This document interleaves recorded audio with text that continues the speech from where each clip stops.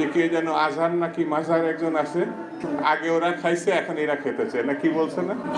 আজহারি তিনি টাকার বিনিময়ে তার বিভিন্ন অঞ্চলে গিয়ে তিনি ওয়াজ করেন। আপনারা কিছুদিন আগে হয়তো একটা সোশ্যাল মিডিয়াতে ভিডিও দেখেছেন, ডক্টর মিজানুর রহমান আল আজহারি কক্সবাজার এসেছিলেন, যাকে দেখার জন্য লক্ষ লক্ষ মানুষ ওই জায়গার মধ্যে উপস্থিত হয়েছেন, যার কোরআনের কথা শোনার জন্য লক্ষ লক্ষ মানুষ ওই জায়গার মধ্যে উপস্থিত হয়েছেন।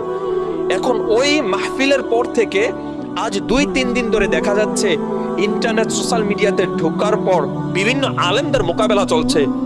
আর আল্লাহ রাসূল সাল্লাল্লাহু আলাইহি ওয়াসাল্লামের একটা হাদিস আছে, নবী মুহাম্মদ রাসূলুল্লাহ সাল্লাল্লাহু আলাইহি ওয়াসাল্লাম বলেন যে কিয়ামতের ময়দানে আল্লাহ সুবহানাহু ওয়া তাআলা ওই সকল নেতাদেরকে ডাক দিবেন দুনিয়ার মধ্যে মানুষের উপকার করেছেন, নিজেদেরকে বড় দেখানোর জন্য, নিজেদেরকে বড় বানানোর জন্য আল্লাহ তাআলা ওই নেতাদেরকে ডাক দিয়ে বলবে, যাও তোমরা যেহেতু চেয়েছিলে দুনিয়ার মধ্যে নেতা সাজতে, তোমাদেরকে মানুষ বাহবা দিবে, তোমাদেরকে দিয়েছে, আজ কিয়ামতের ময়দানে আমার কাছে তোমাদের কোনো নিদ্রা নেই, তোমরা চলে যাও।